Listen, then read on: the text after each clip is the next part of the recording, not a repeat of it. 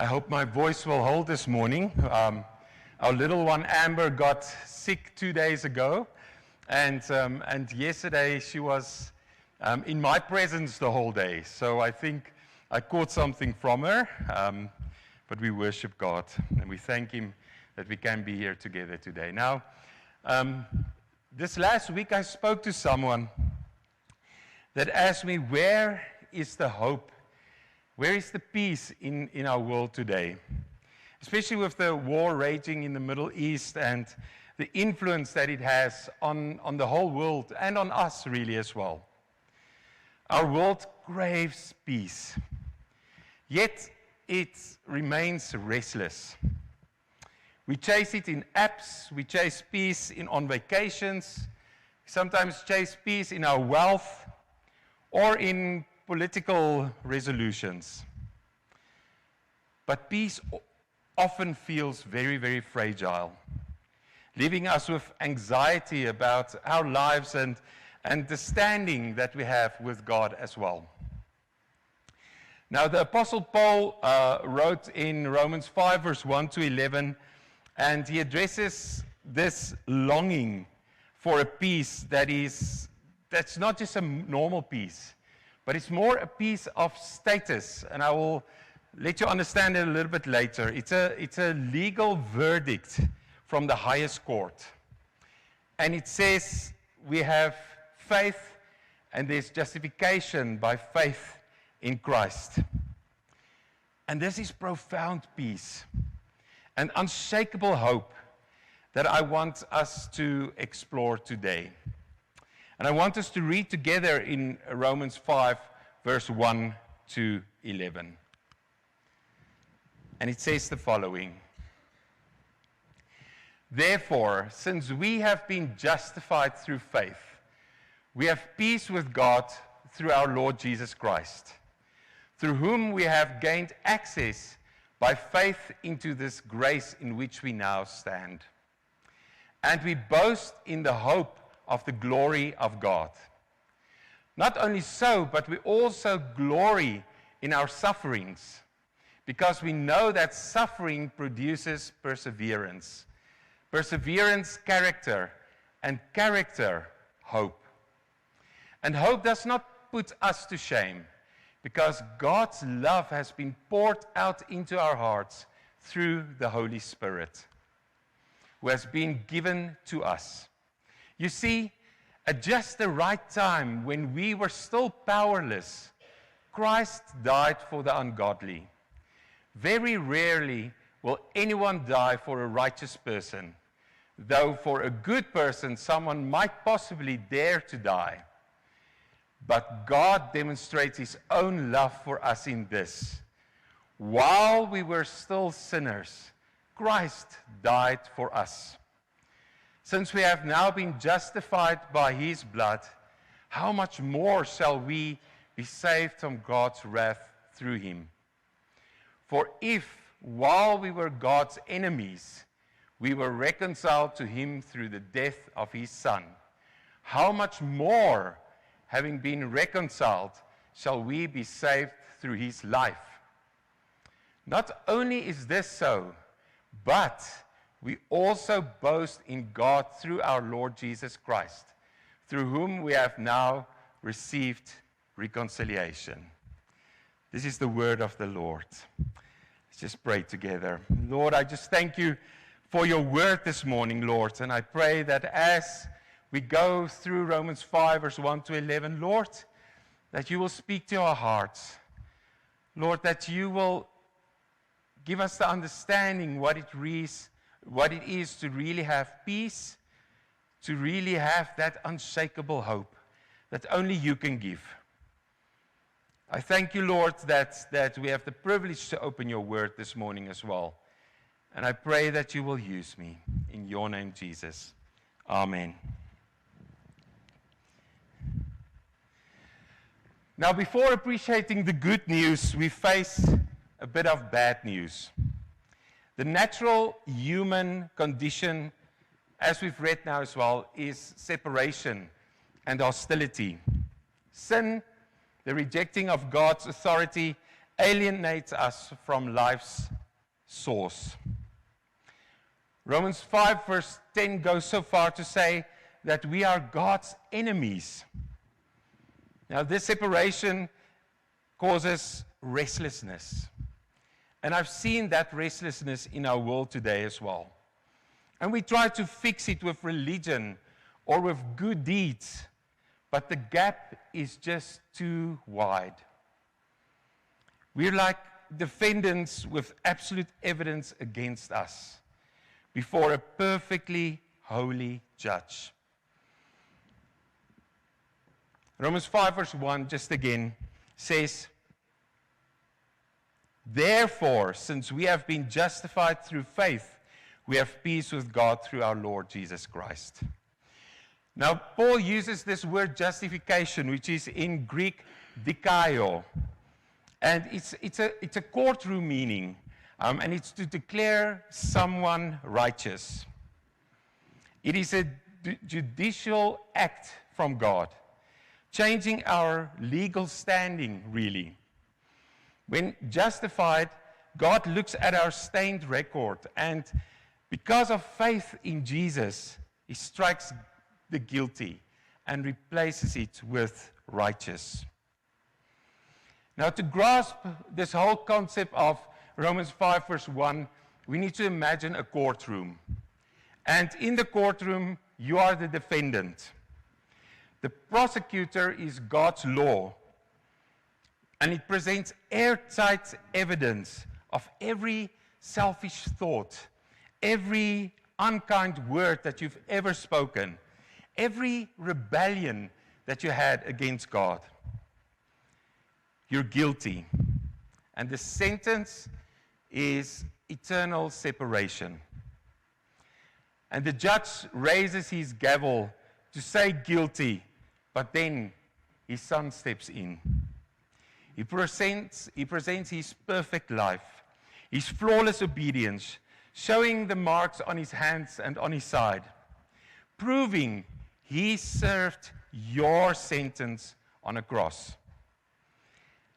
And he offers to exchange the verdict of guilty to justified. And you are declared righteous, at peace with the law, not a criminal on probation. That is what justification through faith is. And we will unpack this verdict a little bit more this morning, how it redefines suffering, how it proves God's love, and how it is a result of reconciliation. Our goal at the end is a living, unshakable hope. And as I begin, I want you to ask yourself, am I still trying to earn my way into God's good graces? Or have I accepted the verdict that Jesus has already secured for me? Am I still trying to earn my way into God's good graces? Now, from justification, incredible benefits flow. Paul's therefore, in verse 1, anchors everything in Christ's accomplished work. The court verdict is righteous, shifting our relationship with the Creator from a conflict to communion. And these first two verses reveal the primary privileges. And the two are objective peace and permanent access. The peace Paul described is primarily objective. It's not subjective. It's not just a feeling that you have, but it's a status. It's the end of a state of war. Our sin was treason against God, placing us under His wrath. But through Jesus, hostility ceased. The treaty is signed in His blood. As John 5 verse 24 says, believers have crossed over from death to life. And now we see God not through coming judgment anymore, but restored relationship with him. I don't know who of you have seen the movie Bridge of Spies. It's an amazing movie with Tom Hanks in it as well. It came out in 2015, and if you haven't seen it, then it's good to watch the movie. And it talks about the Glienicke Bridge, which is also known as the Bridge of Spies. Now, it's a very small bridge with a very, very big history, and it's located right on the border between West Berlin and Potsdam in Germany. It was not only part of the Iron Curtain, although through the era of the Cold War and the division of Germany, it was used for many other reasons as well. But it also served as a high-profile location for the exchange of spies between the West and the East. It was a dividing line between enemies. Yet, it facilitated prisoner exchanges, requiring a mediator. A released spy crossed from captivity on the one side of the bridge over to freedom. And this mirrors Jesus' work. We were on the east side of sin and at war with God. Jesus comes and he's our mediator. He steps into the cross's no man's land, negotiating our peace in his life, with his life. We've crossed the bridge of spies, and the standoff is now over. And we are now in his grace. And through Jesus, we have gained access by faith into this grace in which we now stand. And in Greek, the word is prosagoge, and that is this word for access. And it means being introduced into a king's presence. Isn't that beautiful? That is the access that we have. We are introduced into the presence of a king. And Jesus is our introducer, leading us to the Father. And grace is not just a doorway, but the very ground of our existence. This permanent access dismantles the barrier of sin. As Ephesians 2 also reminds us, it says, "We who once were far away have been brought near by the blood of Christ." And I want us to look at those two areas, the comparison of our two states. First of all, we were in how our condition was before Christ, and then how it is now. And in the beginning, our condition before Christ was enmity. We were enemies of Jesus, and there was hostility there. But our position in Christ after we receive him is peace with God. Before it was alienated and far away, and now we have direct access to the Father. Before it was under wrath and under judgment, and now we're standing securely in God's grace. Before there was fear of the future, and sometimes there's still fear of the future today as well, but we need to remind ourselves that we can boast in the hope of glory and of his glory.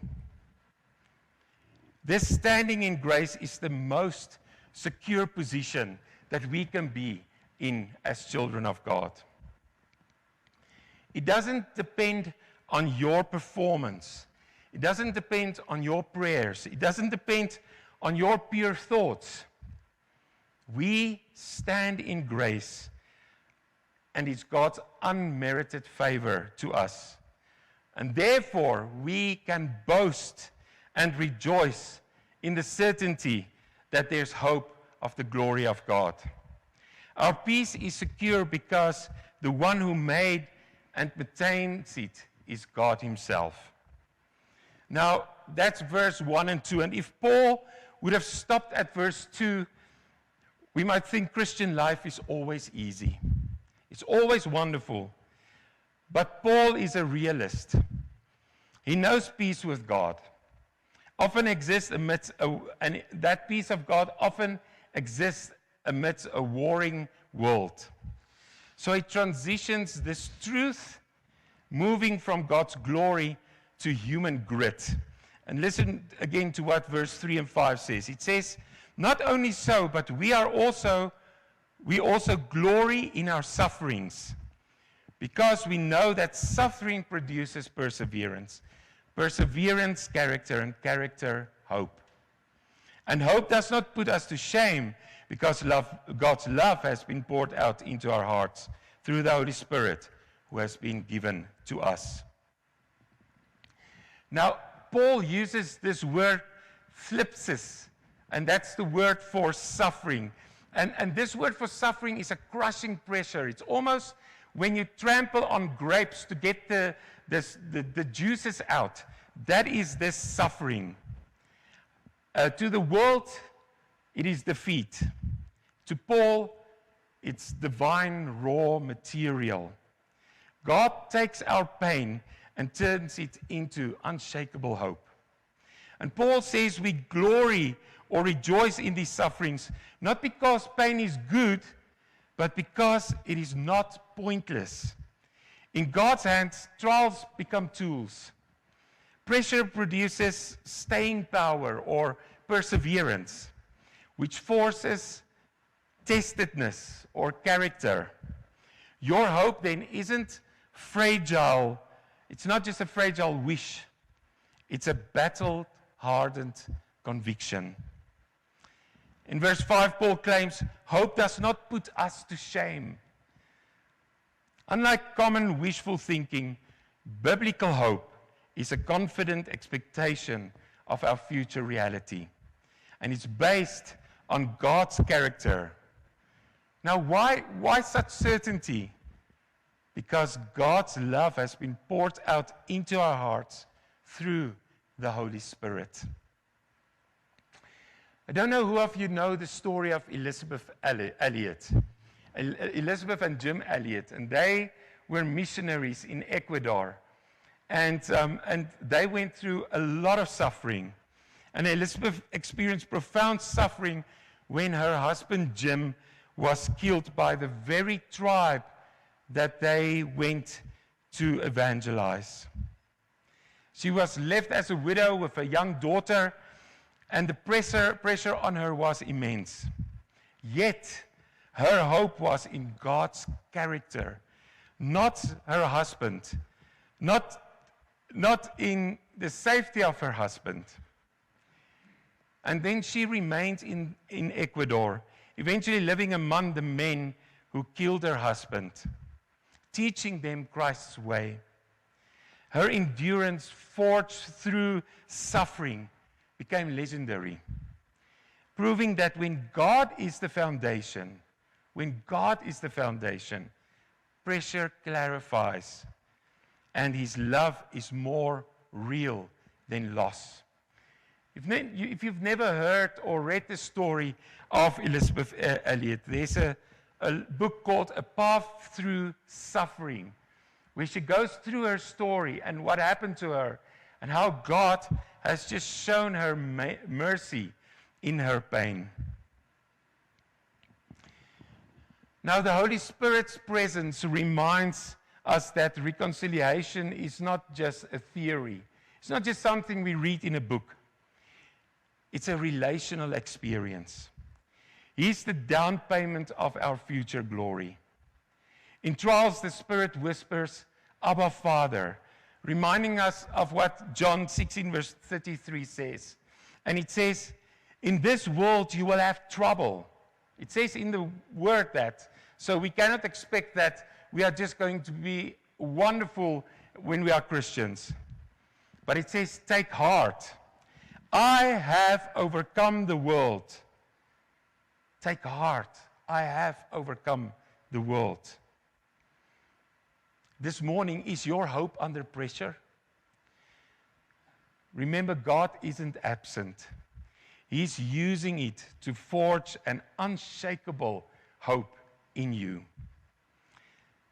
And then Paul moves from the legal standing of peace and the internal witness of the Holy Spirit to the ultimate, undisputable proof of God's affection for us. When doubts arise, Paul points us to an objective historical event. And it's verse 6 to 8. It says, "You see, at just the right time, when we were still powerless, Christ died for the ungodly.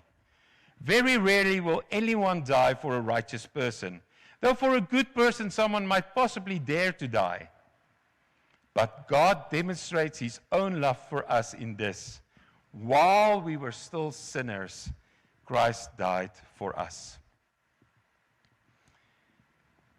Before God's love, we were powerless, ungodly, and sinners. And Paul contrasts this with human love, which is usually something reactive. We react to love, maybe a response to something of value, or maybe an attraction that we have to something. But God's love operates on a completely different order. Verse 8 begins with two powerful words. It says, "But God." And this is the pivot of human history.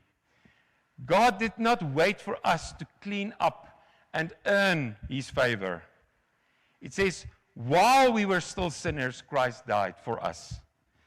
And this is the real agape love. It's proactive, it's sacrificial, and independent of our worth. As John 15 verse 13 says, Jesus went further than laying down his life for his friends. He died for his enemies. And to understand this radical grace, we need to consider the story of Corrie ten Boom. I don't know how many of you have heard the story of Corrie and her family and how they saved so many Jews. And Corrie, we went to see their house when we were in the Netherlands. And it's an amazing story. And Corrie was imprisoned in Ravensbrück by the Nazis. And not only her sister as well. And that is where her sister died. And years later, speaking on forgiveness, she was approached by a brutal SS guard from the camp where her sister died. And now he was a Christian, and he asked her for her forgiveness. And Corrie stood there, flooded with all the painful memories. And she found that she had no feeling of love for this person. But knowing forgiveness was an act of will, she prayed.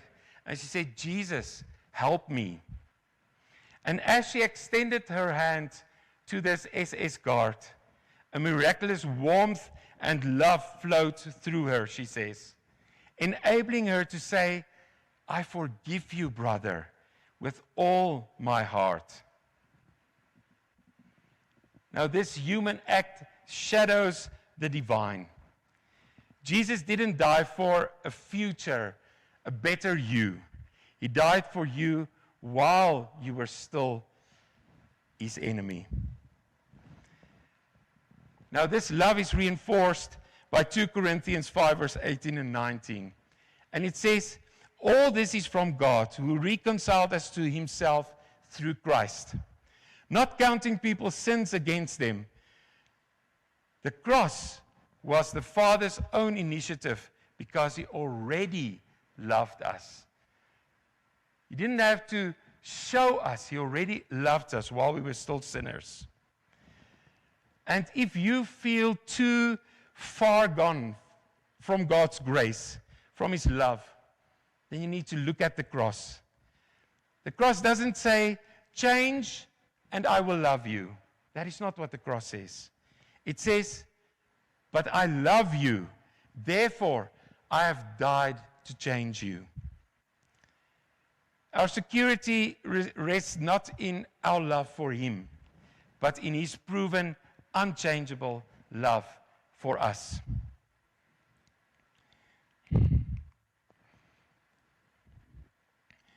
Corrie ten Boom said, "If you look at the world, you'll be distressed. If you look within, you'll be depressed. But if you look at Christ, you'll be at rest." Paul now weaves together justification and God's love into a grand conclusion. He moves from acquittal at the court to reconciliation. And this is the comprehensive result of Christ's sacrifice. We are not merely not guilty. We are fully restored and brought into a vibrant relationship with the Father. Verse 9 to 11 says, "Since we have now been justified by his blood, how much more shall we be saved from God's wrath through him? For if while we were God's enemies, we were reconciled to him through the death of his Son, how much more, having been reconciled, shall we be saved through his life? Not only is this so, but we also receive our reconciliation through our Lord Jesus Christ, through whom we have now received reconciliation." In verse 9 and 10, it's very clear. Paul uses the much more logic. If God has already done the hardest thing for us, he will certainly do the easier things. The hardest thing was giving up his Son to die for his enemies. If he went to that extreme for rebels, how much more will he keep us safe now that we are his children? If Christ's death reconciled us, how much more will the power of a living Savior keep us saved?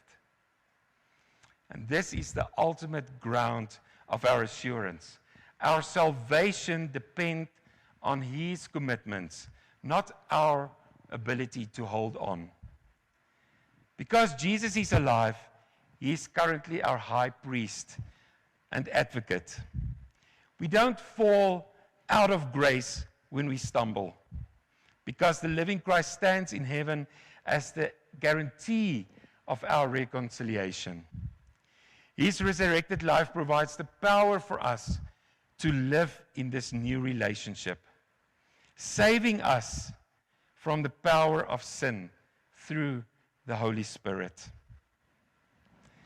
Now, this morning, we have journeyed through Romans 5, moving from the courtroom on the one side to the embrace of a loving Father. And this is a journey from being an enemy to a journey of intimacy with God. From despair to hope that can never be shaken. For those of us who have received this incredible reconciliation, the message doesn't stop here. It calls us to a transformed life. If we have peace with God, how does that translate into your peace with others? If we have been reconciled, are we living as agents of reconciliation in this world? This coming week, I want you to consider 4 different things. 4 challenges for this week. And the first one is rejoice in God actively.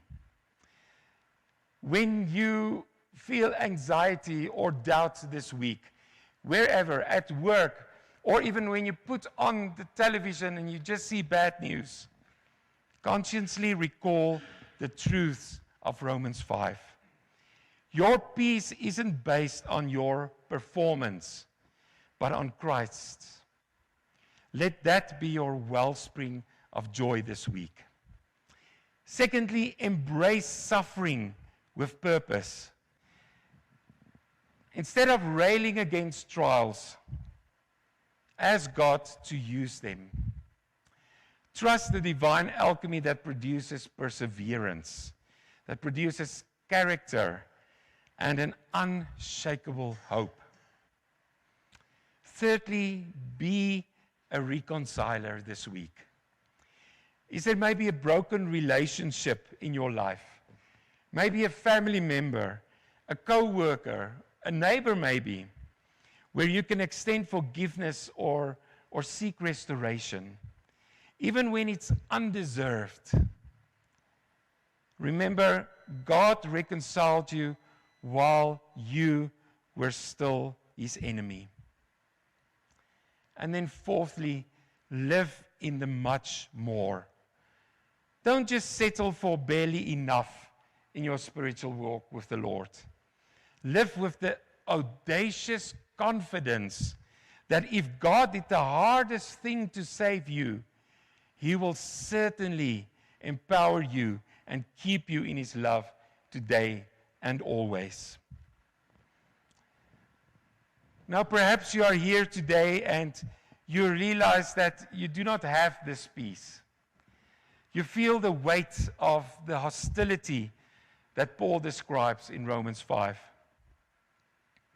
You feel like you are still standing on the east side of that breach, separated from God by a chasm of your own making.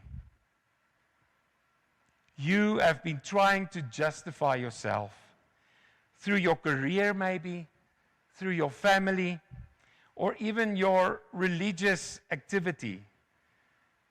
But you find yourself exhausted and restless. The message of the gospel is that you cannot breach that gap. But the much more news is that Jesus already did that. He died for you while you were still a sinner. He offers you a verdict of righteous as a free gift. You don't have to earn it. You only have to receive it by faith. To believe is to stop trying and to start trusting. Trusting that Christ's life and death are sufficient to make you right with God forever. As we close this morning, remember the security of your salvation. Paul's logic is airtight. If God loved you enough to save you when you were his enemy, he loves you enough to keep you now that you are his child. You are not on trial anymore. The verdict is in. The peace is real. The hope is unshakable. Let's pray together. Heavenly Father, we thank you for the much more of your grace. We thank you that our standing with you does not fluctuate with our feelings or our performance, Lord, but it is anchored in the finished work of Jesus Christ. May we walk out of this place today, not as people burdened by the law, but as people liberated by the gospel, compelled to live as your ambassadors of reconciliation. Lord, if there's anybody out there that we need to go and reconcile with, where there might be a broken relationship, put that on our heart this week. Lord, when we go through trial this week, remind us of what you said in Romans 5. And thank you that you also on that give us the promise that you will never leave or forsake us. We worship you in the name of Jesus Christ. Amen.